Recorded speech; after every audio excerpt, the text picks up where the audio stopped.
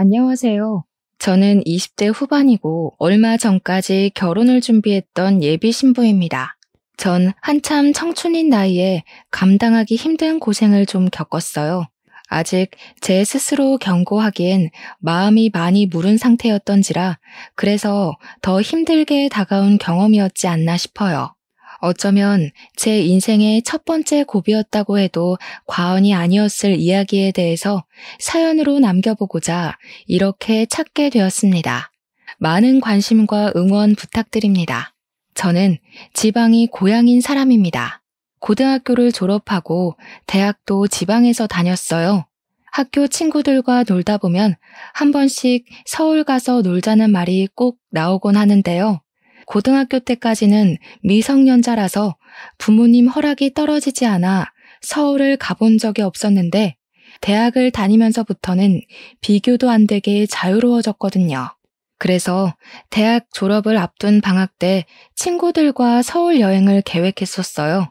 저는 울산 옆 동네에 살고 있었는데 서울 떠나기 하루 전날 친구들과 울산에 모여서 울산 구경 좀 하다가 다음날 새벽에 KTX를 탈 생각이었습니다.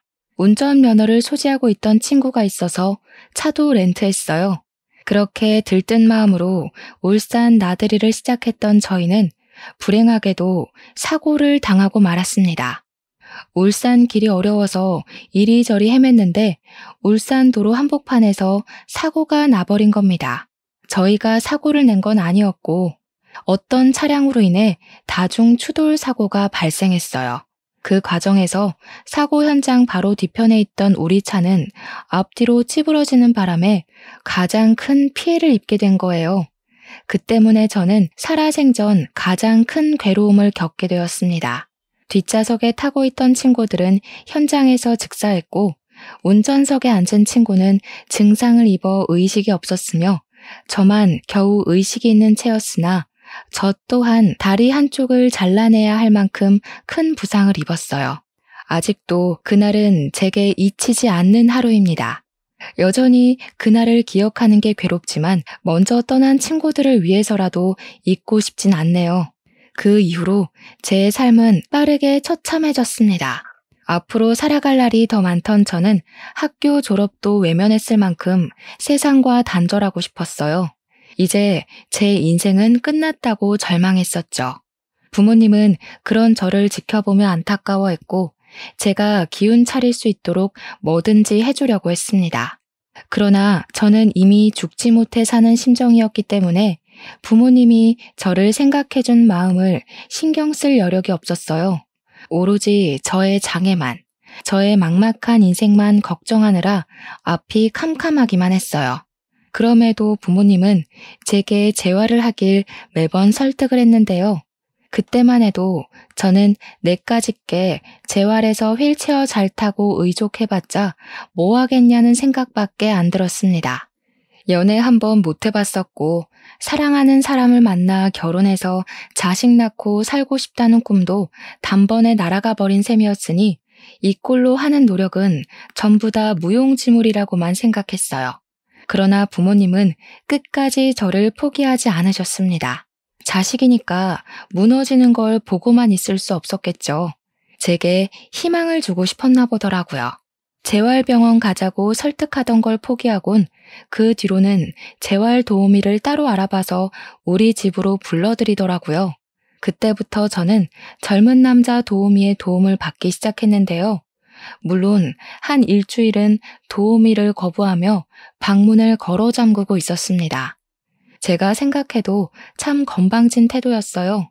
부모님 또한 제 감정이 어떤지 알고 있었지만 도우미 선생님께 죄송해서 오히려 저를 나무랐어요. 너 선생님한테 이게 무슨 태도야? 얼른 안 나와? 그래봤자 2시간이야. 선생님이 친히 집까지 와줬는데 싫어도 예의는 지켜야지. 엄마는 방 안에 틀어박혀 있는 저더러 무례하게 이 무슨 짓이냐고 제 방문을 강제로 열려고 했는데 그때마다 저는 포기하고 싶은 제 감정이 무시당하는 것 같아서 화가 나기만 했어요. 그러니까 내가 재활 안 받겠다고 했잖아. 나 아무것도 안 할 거야. 제발 그냥 이대로 살다가 죽게 내버려 두라고. 저랑 부모님은 매번 이런 식의 대화와 무게로만 대화를 했습니다. 매일같이 날이 서 있는 저와 그걸 받아주는 게 지쳐 보이는 부모님 사이에서 인내를 갖고 고운말이 오가는 건 상당히 정신력을 요하는 일이었죠. 그런데 그걸 도우미만이 이해해줬어요. 도우미는 제가 만나주지 않는데도 일주일 내내 우리 집을 방문해줬고 돌아가고 나면 항상 제게 편지를 남겼습니다. 처음엔 엄마가 그 편지를 전해줄 때 받지도 않았고 읽지도 않았어요. 엄마가 알아서 처리하라고 하는 말에 편지는 제 책상에만 쌓여갔습니다. 그런데도 그걸 버리지는 못하겠더라고요. 아무래도 제가 뼛속 깊이까지 나쁜 년은 못 되어서 그랬나 봅니다. 어쨌든 사람들과 연락도 끊고 미래에 대한 희망도 없이 죽을 날만 손꼽아 기다리는 삶을 살았는데요. 언제부터인가 편지가 자꾸 시선에 거슬리더라고요. 그래서 책상 위에 있는 걸 아무거나 주워서 읽어본 적이 있어요. 그 편지 안에는 주로 도우미의 가정 환경과 인생에 대한 내용들이었습니다. 그땐 내 인생보다 힘든 사람은 없다고 생각하던 때라서 남의 인생사 따위 궁금하지도 않았고 위로해줄 마음도 없었어요. 제가 어디 누구를 위로할 만한 처지인가요? 그래서 읽지 않으려고 했으나 하필 제 눈에 걸린 한 사연 때문에 그동안 밀어놨던 편지를 전부 읽었습니다. 그건 바로 장애를 가진 동생이 있다는 사연 때문이었어요. 도우미한테 여동생이 하나 있는데 그 여동생이 저처럼 교통사고를 당해서 휠체어를 타고 다닌다고 하더군요. 도우미 여동생은 2다리를 잃었다고 했어요. 여동생 나이는 저보다 어렸는데 그 대목이 저를 많이 돌아보게 해주었습니다. 도우미 선생님은 동생 때문에 재활 도우미가 되었다고 했는데 그 사실이 제가 가지고 있던 경계심을 풀어주었고 도우미 선생님한테 동질감까지 느끼도록 했어요. 그렇게 마음의 문을 열고 도우미와 처음 마주한 건 딱 일주일이 지난 후였습니다. 그때부터 저는 재활을 시작했고 도우미의 다정하고 자존감 높여주는 가르침 덕분에 세상을 바라보는 부정적인 관점이 차츰 변해갔어요. 그동안은 보지 못했던 희망이 느껴지자 숨통이 트이는 기분까지 들었어요. 그렇다 보니 저도 모르게 도우미 선생님께 갈수록 더 의지를 하게 되었고 도우미 선생님께 고마운 걸 넘어서 사적으로 마음까지 흔들려 버렸습니다. 제가 도우미 선생님을 좋아하게 되었다는 걸 깨닫자마자 저는 제 마음이 선생님한테 피해가 될까봐 숨겼어요. 그런데 그게 오히려 어색해서 티가 났던 건지 그만 들켜버리고 말았습니다. 연애를 한 번도 못 해봤던 저는 도우미 선생님께 죄송하다는 말로 고백을 해버렸어요. 고백을 하는데 죄송하다니. 제가 생각해도 누추하고 찌질한 멘트였습니다. 많이 곤란하시죠? 그만두고 싶으시면 그러셔도 돼요. 지금까지도 선생님 덕분에 많이 밝아져서 혼자 병원 다닐 수 있을 것 같아요. 최대한 도우미 선생님 마음이 안 불편하길 바래서 태어난 척 애쓰며 인심을 베풀었던 건데 저는 그날 선생님으로부터 뜻밖의 말을 들었어요. 도우미 선생님 또한 제게 마음이 있다는 걸 표현해주는 거 아니겠습니까? 내가 눈치가 없었네요. 먼저 고백을 했어야 하는 건데. 세희 씨처럼 예쁘고 똑똑한 사람이 저 같은 걸 남자로 봐줄 리 없다고 생각해서 용기를 못 내고 있었어요. 이럴 줄 알았으면 차이더라도 용기 내볼 걸 그랬나 봐요. 저한테 세희 씨는 참 과분한 사람이에요. 세희 씨에 비하면 저 한참 부족한데 괜찮을까요? 도우미 선생님은 정말 장애에 대한 인식이 없는 사람이었어요. 그건 지내면서 알고 있었지만 고백을 돌려받는 그 순간 다시 한 번 더 느꼈습니다. 저와 도우미는 그렇게 말도 안 되는 전개로 사귀게 되었어요. 생각보다 서로 더 잘 맞고 많이 좋아해서 결혼까지 약속한 예비 부부가 되었죠. 저는 예비 신랑을 만나고부터 바깥에 나가는 게 덜 무서워졌어요. 차 소리만 들어도 흠칫 떨곤 했는데 이젠 차에 올라타는 것에도 공포가 많이 줄었습니다. 다 예비 신랑이 수고해준 덕분이었죠. 예비 신랑은 아픈 동생이 있는데도 집이 넉넉한 편이었어요. 부모님은 다 돌아가셨다고 했고 여동생이랑 둘이서만 살고 있다는 걸 편지로 본 적이 있었습니다. 이제 가족이 될 사이인데 문득 예비 신우를 만나고 싶더라고요. 그래서 예비 신랑한테 예비 신우 소개해 줄 수 있냐고 물었어요. 여동생이 워낙 소극적이라 마음의 준비가 되면 소개해 줄게. 얘가 요즘 그림 그리는 데 빠져서 내가 아직 결혼하게 됐다고도 말 못했거든. 뭐? 그럼 아가씨는 아직 우리 결혼하는 것도 모른다는 소리야? 나는 우리 집에 벌써 다 말했는데. 그러다 상견례 때 덜컥 결혼한다고 알릴 생각은 아니지? 당연하지. 오늘 가서 말할 거야. 그리고 너랑 만날 날도 잡아볼게. 내 동생까지 신경 써주고 내가 진짜 여자 하나 잘 만났다. 역시 너는 나한테 과분해. 우리 동생 사진이라도 보여줄까? 아무래도 예비 신랑은 자기 동생이 아프니까 저한테 짐이 될까봐 조심하는 눈치였어요. 제가 먼저 예비 신우를 언급해주니 그 뒤부터는 여동생 사진을 보여주면서 여동생 자랑도 하고 어떤 사람인지도 먼저 얘기해주면서 떠들었습니다. 여동생을 생각하는 오빠 마음이 아주 끔찍해 보여서 형제가 있는 예비 신랑이 부럽기도 했어요. 그런 제 마음은 저 또한 예비 신우와 언니 동생으로 잘 지내고 싶은 마음이 들게 했습니다. 그런데 여동생은 몸이 많이 불편한지 거의 누워서 있는 사진밖에 없었어요. 게다가 표정이 밝은 사진도 별로 없었습니다. 그림 그리기 시작했다더니 그런 사진도 예비 신랑이 안 찍었는지 갤러리에 없었어요. 그것보다 저를 더 흥미롭게 했던 건 바로 여동생의 생김새였습니다. 사진을 자세히 들여다보면 예비 신랑이랑은 별로 닮지도 않은 듯 했어요. 모르는 사람이 보면 여동생인 줄 모르겠어.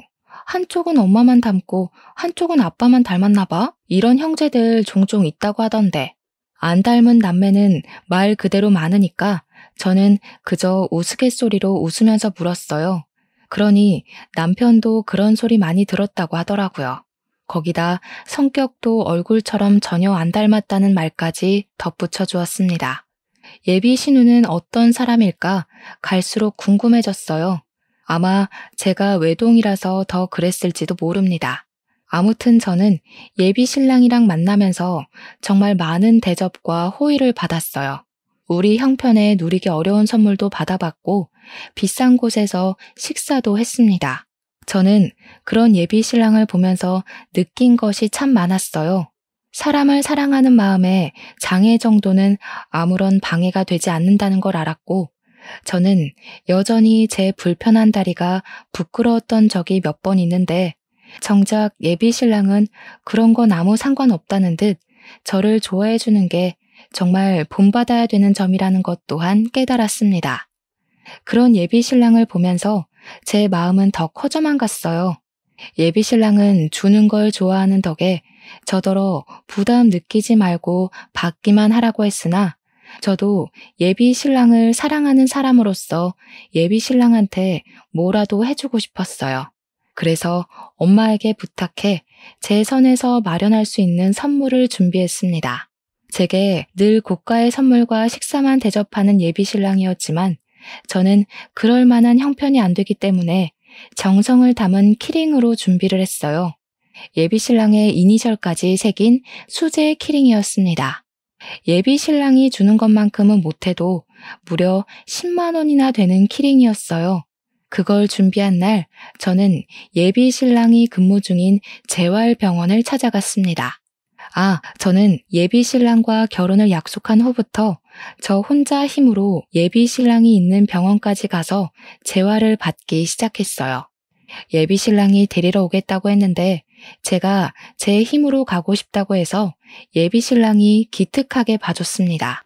그래서 선물을 준비한 그날에도 어김없이 혼자 택시를 이용하고 사람들의 도움을 받아 병원에 갔죠. 갔더니 예비 신랑이 자리에 없길래 직원들에게 어디 갔냐고 물어봤어요. 직원들은 저와 예비 신랑의 관계를 알고 있어서 예비 신랑이 잠시 전화하러 비상구로 갔다고 바로 알려주었어요. 재활실에서 기다려도 되긴 한데 비상구에 있는 겸 둘만 있는 곳에서 선물을 주고 싶은 마음에 저는 휠체어를 끌고 비상구로 향했습니다. 비상구는 문이 열려 있었어요. 바로 1층에는 사람이 없었고 좀 위층에서 예비 신랑의 목소리가 들려왔습니다. 결혼하기 전에 주애 먼저 처리해야지. 엄마도 주애 챙기는 거 귀찮을 거 아니야. 그러니까 아빠가 애초에 한 방에 보냈으면 귀찮게 돈 안 들었을 거잖아. 무조건 나 결혼하기 전에는 정리되어 있어야 해. 안 그럼 동시에 처리해야 되는데 너무 들킬 위험이 크다고. 저는 그 자리에서 차마 기척을 내지 못했어요. 감히 제가 끼어들면 안 될 것 같은 분위기의 대화라고 생각했거든요. 그리고 또 통화 내용에서 제가 알면 안 될 것 같은 부분도 있었어요. 예비 신랑이 언급했던 주애라는 이름은 남편이 여동생이라 칭했던 이름이란 건 알겠는데 예비 신랑이 엄마라고 말했던 건 이해가 안 되더라고요. 엄마라뇨. 예비 신랑에겐 엄마가 없는걸요. 게다가 결혼하기 전에 뭘 처리해야 한다는 건지 도통 알 수 없는 통화 내용뿐이었습니다. 결국 저는 예비 신랑을 기다리지 못하고 조용히 후진을 했어요. 그리고 재활실에서 얌전히 예비 신랑을 기다렸습니다. 예비 신랑을 기다리는 내내 비상구에서 엿들었던 통화 내용만 생각하고 있었어요. 나중에 예비 신랑과 만나서 반갑게 인사를 해도 제 머릿속에선 그 통화 내용이 떠나질 않았습니다. 그래도 저는 예비 신랑을 수상하게 보고 싶지 않았어요. 그날 유심히 살핀 예비 신랑의 태도는 언제나 그랬듯 제게 잘해줬고 평상시와 다를 바가 없었습니다. 그 때문에 제가 뭔가 오해한 것이라 생각하고 넘겼어요. 그렇게 저는 괜한 걱정을 했다는 생각에 살짝 올라왔던 불안감을 가라앉혔습니다. 예비 신랑이 퇴근한 후 같이 저녁밥 먹을 때 제가 준비했던 키링 선물을 줬어요. 그랬더니 예비 신랑이 너무 고맙다고 눈물까지 보여서 찝찝했던 제 마음은 아예 사라져버렸습니다. 그러나 그날 들었던 불안감은 결코 예사의 직감이 아니었다는 걸 깨달은 날이 있었어요. 그건 예비 신랑한테 받기만 하던 제가 예비 신랑의 마음으로부터 용기를 얻어 저 또한 표현하기 시작했을 때였습니다. 늘 예비 신랑이 저를 찾아왔었는데 그날도 제가 예비 신랑한테 연락 안 하고 근무 끝나는 시간에 맞춰 찾아갔었습니다. 예비 신랑이 나오는 걸 보고는 깜짝 놀래주려고 몰래 뒤따라갔는데 예비 신랑이 또 누군가랑 통화를 하고 있더라고요. 깜짝 놀라게 해주기 적절한 상황이라 생각했던 저는 개구진 마음으로 다가갔는데요. 그때였어요. 예비 신랑이 쓰레기통에 무언가를 버리는 걸 보고 저는 휠체어를 세웠습니다. 그건 바로 제가 예비 신랑한테 차키해 달라고 사줬던 키링이었어요. 당황스러웠습니다. 그래서 멀어지는 예비 신랑 뒷모습만 멍청하게 바라보다가 끝내 쫓아가지도 못하고 쓰레기통으로 향했어요. 쓰레기통을 뒤졌더니 역시나 제가 준 선물이 맞더라고요. 이니셜도 예비 신랑의 것이었고요. 그는 분명 제가 준 선물을 눈물까지 보이면서 고마워했던 사람입니다. 대체 왜 버린 건지 예비 신랑의 행동이 이해가 안 갔어요. 그렇게 혼란스럽던 순간 휴대폰으로 예비 신랑한테서 전화가 왔는데요. 받았더니 예비 신랑의 목소리는 역시나 상냥했습니다. 어디냐고 묻는 물음에 저는 병원 앞에 있다고 했고 예비 신랑은 제가 마중 왔다는 것이 기쁘다며 들뜬 마음을 표현해줬어요. 갔던 길을 되돌아온 예비 신랑은 저를 보고 엄청 환하게 웃으면서 손을 방방 흔들었습니다. 그 모습을 보는데 예비 신랑은 평소와 같은 모습일지라도 저는 좀 다르게 느껴졌어요. 예비 신랑의 저런 진심에 늘 감동을 받았었는데 그날따라 예비 신랑의 웃음이 좀 무섭게 다가오더라고요. 그렇다고 티를 내지는 않았습니다. 예비 신랑을 향해 무서운 기분이 들자 일단은 조심해야 될 것 같았거든요. 예비 신랑과 저녁 먹으러 자리를 이동하는데 키링을 버린 사건 때문인지 계속 예비 신랑의 차키밖에 안 보였어요. 결국 저는 무언가에 홀린 듯 키링에 대해서 묻고 말았습니다. 내가 준 선물이 마음에 안 들었어? 키링 안 달았네. 마음에 안 들면 바꿔줄게. 영수증 있어서 적은 금액으로 교환할 수 있어. 마음에 안 들기는 누가 준 건데 안 예쁠 리가 없지. 자기가 준 선물이라 아껴놓고 싶어서 집에 있어. 차키 같은 곳에 달면 빨리 상하잖아. 그래도 달라고 준 건데 집에만 놔두면 뭐해. 쓰레기통 신세나 되지. 원래 그런 건 사주면 해주는 신용이라도 보여야 되는 거야. 자기 서운했구나. 알았어. 내가 예쁜 상자에 꼭꼭 감춰놨으니까 오늘 집에 가서 바로 달고 사진 보내줄게. 화 풀어. 예비 신랑은 유려한 거짓말로 저를 달래주었습니다. 그리고 이후에도 예비 신랑은 키링을 달지 않았어요. 한날 다시 물어봤더니 잃어버렸다고, 정말 미안하다고 사죄를 하는 거 있죠. 너무 충격적이었어요. 제가 만약 키링을 버리는 장면을 목격하지 못했다면 예비 신랑의 새치혀에 멋모르고 넘어갔을 겁니다. 이게 거짓말이라는 걸 아니까 그동안 제가 놓쳤던 거짓말은 더 없는지 왠지 돌아보게 되었어요. 생각은 꼬리에 꼬리를 물어서 결국 예비 신랑이 내게 관심이 아니라 의도를 갖고 접근한 건 아닌가 하는 황당한 생각도 했습니다.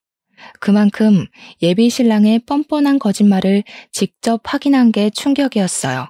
생각이 많아진 저는 다음 데이트 때에 어떠한 결심을 했어요. 예비 신랑이 어떤 사람인지 알아보고 싶었습니다.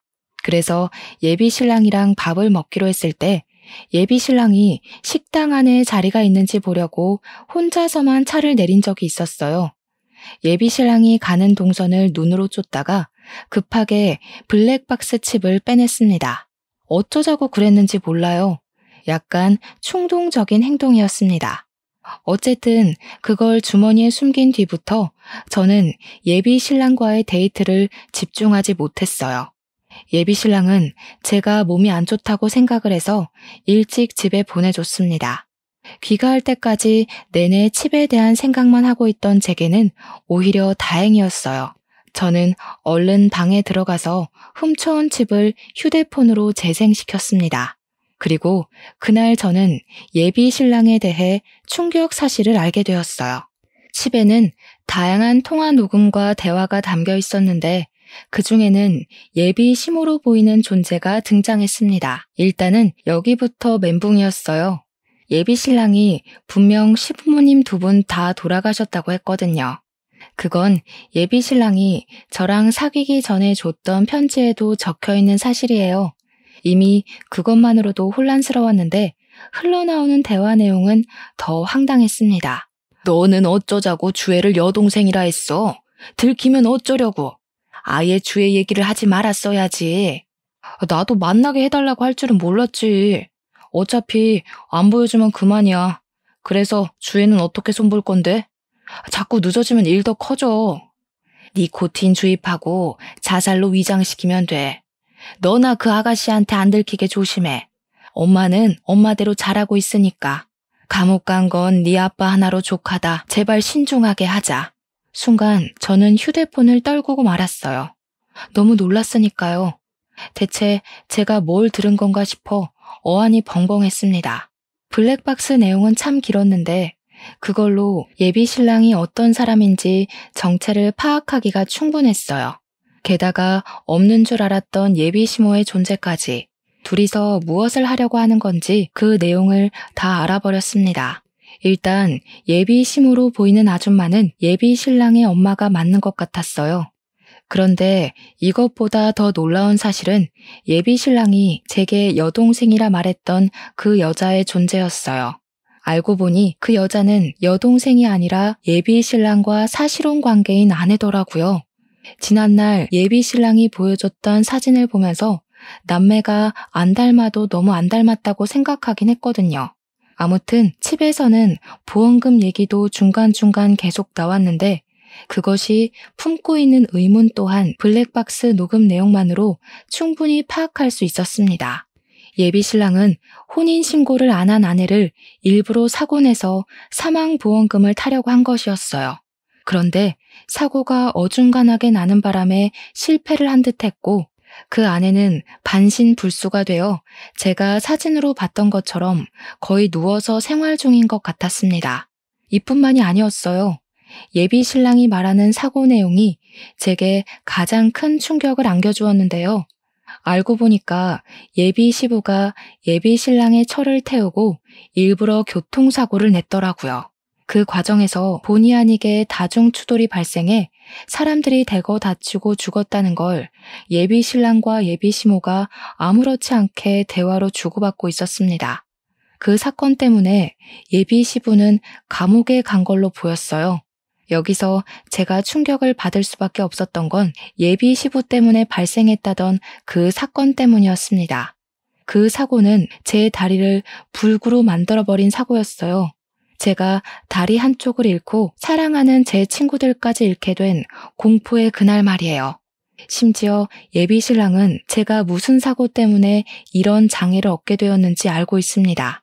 저를 많이 위로해줬었고 죽은 제 친구들을 위해서 눈물도 흘려줬다고요. 그런데 그런 짓을 꾸민 사람이 예비 신랑이고 그의 가족이 한 짓이라니. 그 끔찍한 일이 예비 시댁 때문에 일어난 일이라는 걸 알아버린 저는 순식간에 두려움에 휩싸였어요. 그때부터 거의 반 미쳐서 울기 시작했고 무슨 정신으로 녹화 내용을 들었는지 모르겠습니다.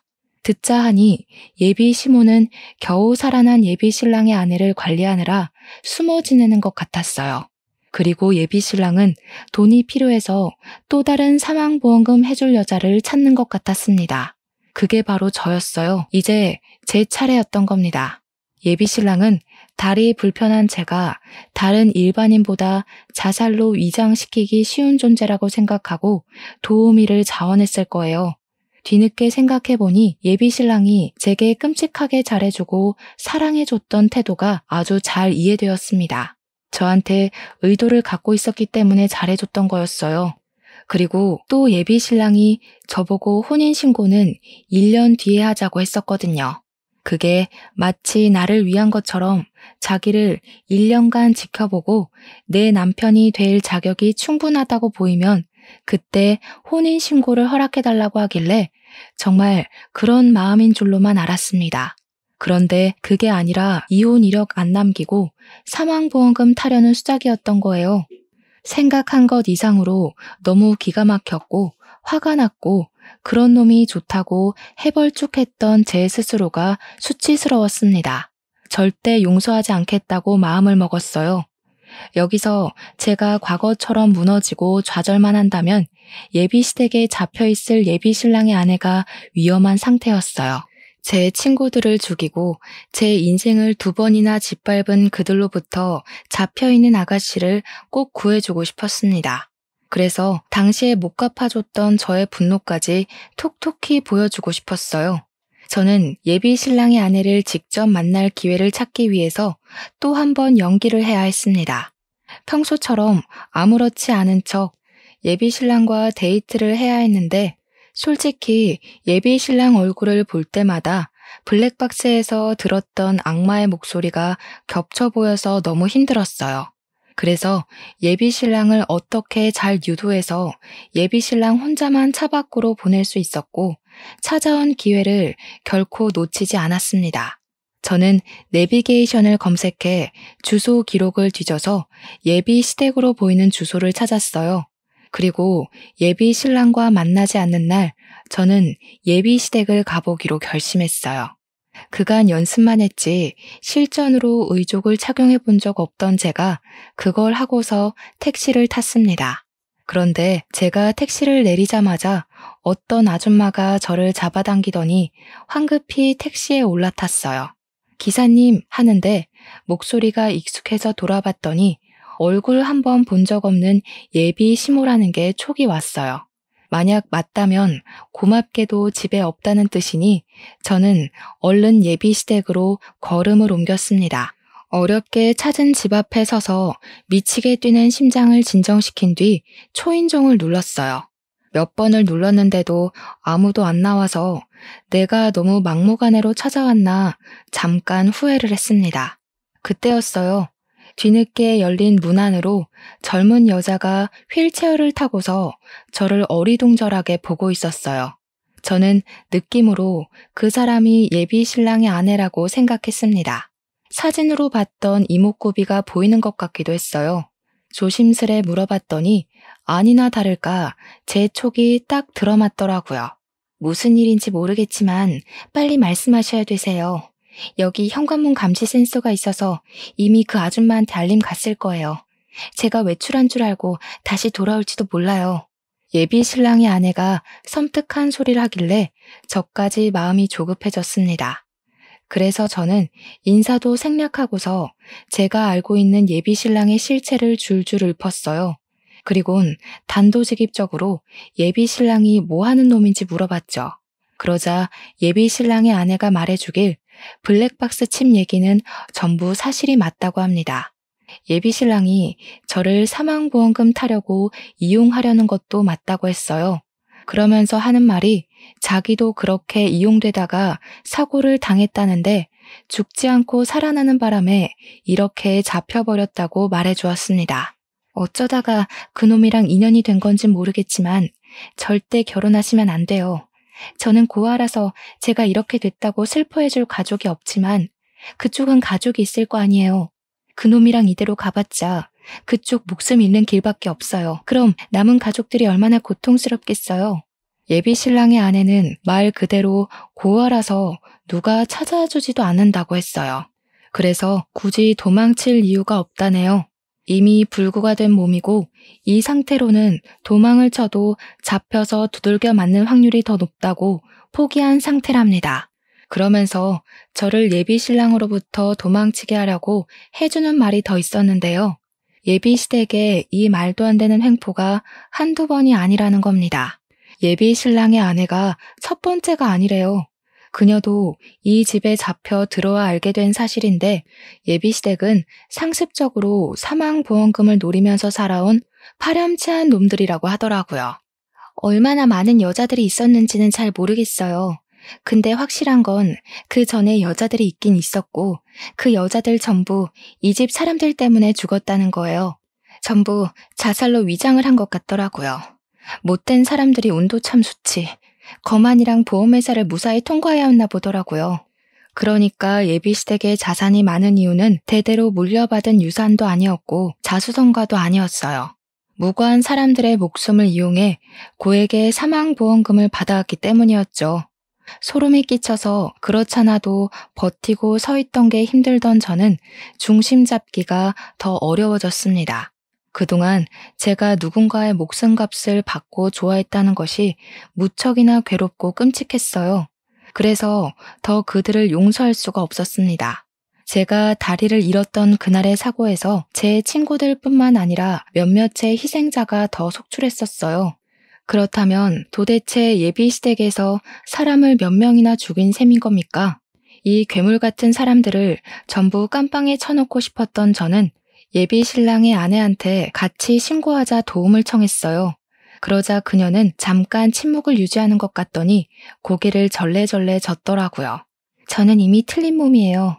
그냥 이렇게 살다가 죽는 게 편해요. 괜히 나가면 돈 들고 갈 데 없고 여기 있으나 밖에 나가나 지옥인 건 똑같은데 굳이 몸 아파가면서 나갈 필요 없잖아요. 그 사람들이 어떤 놈인지 제일 잘 알면서 어떻게 그런 소리를 해요. 주혜 씨라고 했죠. 주혜 씨 처지도 너무 안타깝지만 죽은 사람들을 생각해봐요. 주혜 씨가 두 손 놓고 눈 감아주면 죽은 사람들은 계속 억울할 거라고요. 그 개자식들은 또 보험금 받고 배부르게 살 텐데 주혜 씨를 그렇게 만든 사람들이 잘 먹고 잘 살았으면 좋겠어요? 그녀와 초면인데도 너무 마음이 조급했던지라 그만 그녀를 타박하고 말았어요. 그래도 그녀가 제 말을 외면하진 않더라고요. 그녀도 사실은 이미 불구가 된 몸이라 이대로 살다 가고 싶은 게 아니라 애초에 가족도 없는 혼자라서 감히 예비시댁을 상대할 용기가 없었던 것 같습니다. 안 그래도 그 사람들이 그쪽 해치려고 계획 중인 것 같다고요. 앞으로 살 날이 얼마나 많은데 왜 벌써 포기해요? 위자료 받고 잘 살 생각을 해야지.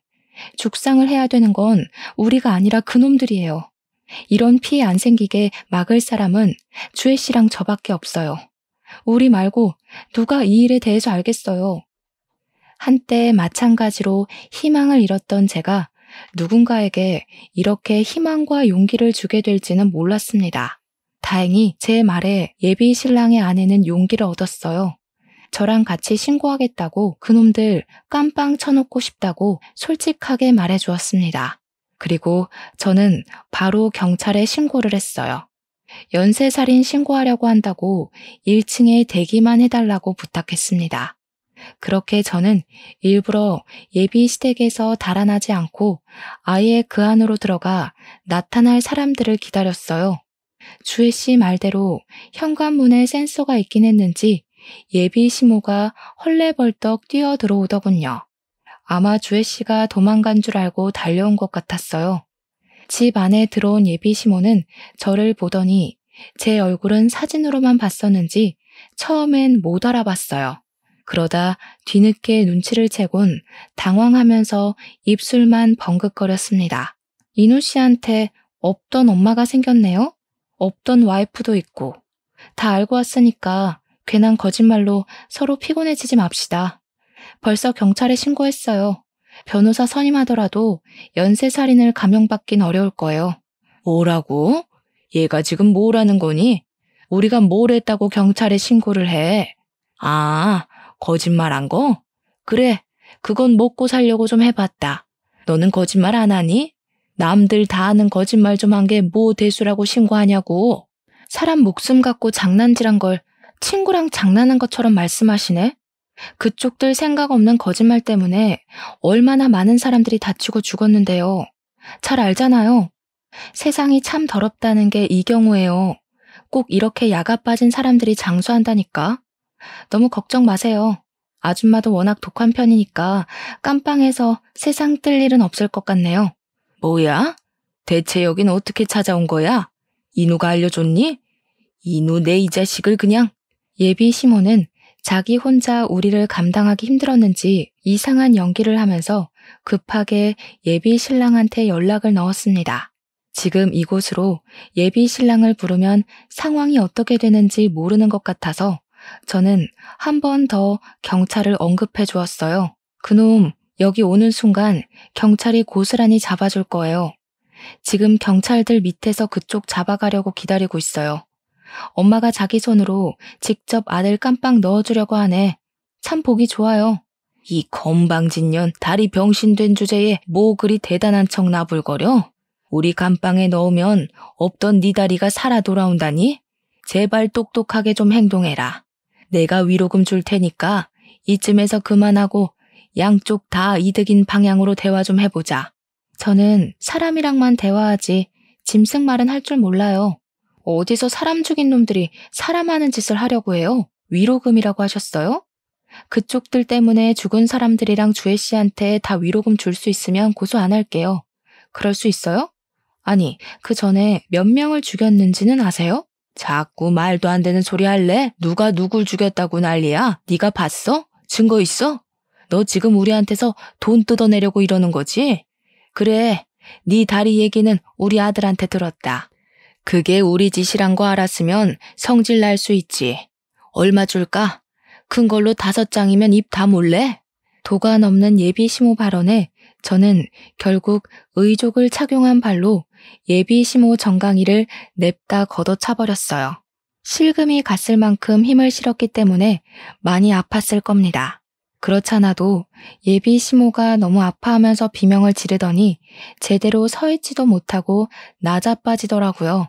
사람 죽인 년이 말이 많네. 양심이 없으면 거짓말로라도 비는 척 하던가. 하긴 살인자한테 그런 걸 기대한 내가 바보지.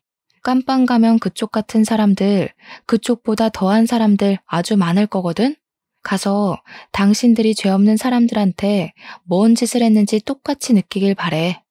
이왕이면 거기서 나오기 전에 죽었으면 좋겠다. 저는 그만 밑에서 대기하고 있는 공직자들에게 연락해 예비 시모를 잡아가 달라 불렀습니다. 119는 주혜 씨가 이 집을 나설 수 있도록 이동을 도왔고 경찰은 예비 시모를 연행했어요. 뒤따라 내려갔더니 1층에서 예비 신랑이 잡혀 있는 걸 발견했습니다. 예비 시모는 자기 아들 때문에 망했다고 생각을 하는 건지 예비 신랑을 향해서 원망을 퍼붓고 있었어요. 내가 뭐라 그랬냐? 말 조심하라고 했지. 도대체 무슨 실수를 했길래 이 사단을 만들어? 감방 갈 거면 너나 잡혀갈 것이지. 어떻게 이 엄마 감방 가게 만드냐고? 내가 뭐 알고 그랬어? 나도 당한 거야. 이제 어떡할 거야 우리? 둘 다 들어가 버리면 돈 못 벌잖아. 둘이 싸우거나 말거나 저는 예비 신랑이 보는 앞에서 블랙박스 칩을 증거물로 제출했습니다. 저를 발견한 예비 신랑은 아직도 제가 자기한테 정신 나가 있는 줄 아는지 다급하게 말로써 저를 회유시키려고 했어요. 자기야, 나 자기한테는 진심이었어. 사망보험금이라니. 그건 저 여자가 지어낸 말일 뿐이야. 나랑 얘기 좀 하자. 오해한 게 있으면 나한테 직접 얘기를 해. 왜 혼자 판단하고 혼자 일을 저질렀어? 우리 아직 사랑하잖아. 결혼식도 얼마 안 남았는데 이러지 말자, 응? 듣기 싫은 목소리로 모자라 예비 신랑 입에서 튀는 침 때문에 짜증이 났던 저는 예비 신랑 얼굴에다가 쓰레기통에서 주워왔던 키링을 냅다 던져버렸습니다.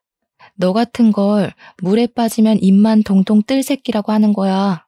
자기가 자기 무덤 파는 줄도 모르고 남의 목숨 갖고 장난치면서 얼마나 낄낄댔을까? 지금도 한참 머리 굴리고 있겠지. 어떻게 하면 빠져나올 수 있을까 하고. 근데 나올 수 있겠어? 너 연쇄살인마잖아. 평생 깜빵 신세 져야지. 왜 그래? 자기가 알고 있는 건 사실이 아니라니까. 나랑 거의 매일 붙어있던 사람, 엄마도 아니고 자기잖아. 내가 어떤 사람인지 모르겠어? 누굴 죽일 사람이 된다고 생각해? 나 재활 도움이야. 그래, 네가 이쯤에서 사과하면 더 기분 나쁠 것 같다. 너는 평생 네가 왜 감방 가야 되는지 모른 채로 갑갑하게 살면서 썩어가라. 너 때문에 죽은 사람들, 유가족들 하나도 빼먹지 말고 평생 기억하면서. 그렇게 그만 돌아서려고 했는데 순간 제 다리를 이렇게 만든 놈을 법에만 맡기는 게 좀 분하더라고요. 그래서 지금까진 이성적으로 행동했다면 이제는 좀 감정적으로 표현하고 싶었어요. 저는 들고 있던 목발로 제 개인적인 분노를 담아 예비 신랑을 패기 시작했습니다. 그 과정에서 또 한 번 지난날의 상처들 때문에 눈물이 나서 울어버렸어요. 그래도 경찰들이 뒤늦게 저를 말려주는 덕에 선을 지킨 폭력만 행사할 수 있었습니다. 예비 신랑과 예비 시모 모두 그렇게 구속되었어요. 과거에 저지른 범죄까지 조사가 들어가서 연쇄살인죄, 사기죄, 보험사기죄 등 죄명 높은 죄는 다 싹쓸이 되어 형량이 굉장히 많이 나왔습니다. 예비 신랑의 경우 무기징역을 받았고 예비 시모의 경우 형량 10년 이상으로 판결이 났다고 들었어요. 사형 판결이 내려지길 바랬는데 피해자가 3명으로 소수라서 무기징역을 받았대요. 만약 주혜 씨랑 제가 예비 신랑 손에 당한 뒤에 그들이 구속되었다면 예비 신랑이 사형을 받았을 거랍니다. 어쨌든 지금 돌아봐도 참 무시무시한 경험이었어요. 어쩌면 저는 사고가 났던 그 순간부터 예비 신랑 집안과 연인이 생겨버린 것일 수도 있겠네요. 정말 끔찍합니다. 그래도 그들 덕분에 마냥 나약하기만 했던 제 자아는 좀 단단해졌어요. 제 꿈이었던 결혼은 더 이상 제게 꿈이 아니게 되었고 결혼 못한다고 인생이 망했다고도 생각하지 않습니다. 앞으로 저를 위해 하고 싶은 것이 무엇인지 진중하게 고민해 보려고요. 참, 그리고 주에도 제 추천을 통해서 병원에 입원을 했어요. 제대로 치료받기 시작했는데 같은 재활병원을 등록하면서 저랑 친구로 잘 지내고 있습니다. 예비 신랑이 주애가 저보다 어리다고 얘기를 했었는데 알고 보니 저랑 동갑이더라고요. 그 썩을 놈의 여파를 잠깐 또 경험을 한 것이 얼마나 찜찜하던지. 어쨌든 저는 친한 친구를 사고로 잃는 바람에 친구가 없었고 다리를 잃어서 새 친구를 사귈 기회도 없었는데 주애랑 이렇게 친구가 되어서 이것 또한 좋은 인연이라고 보고 있어요. 서로 같은 아픔을 갖고 있으니 더 좋은 친구로 지낼 수 있지 않을까 싶습니다. 부모님도 주애 사정을 알고는 저보다 더 주애를 챙겨주고 있어요. 먹고 싶은 거 사주고 예쁜 액세서리나 옷도 제 것을 선물해 줄 때 주애도 꼭 같이 챙겨줬죠. 당연히 생일 선물뿐만 아니라 명절까지도 주애를 우리 식구처럼 대우해 줬습니다. 한때 다리 불편한 것 때문에 부모님께 불효막심한 태도를 많이 보였는데 저랑 주애 챙겨주시는 두 분을 보니 과거의 제 행동이 정말 어리석었다는 걸 느끼고 있어요. 앞으로는 부모님 속 안 썩이고 효도하면서 살 겁니다.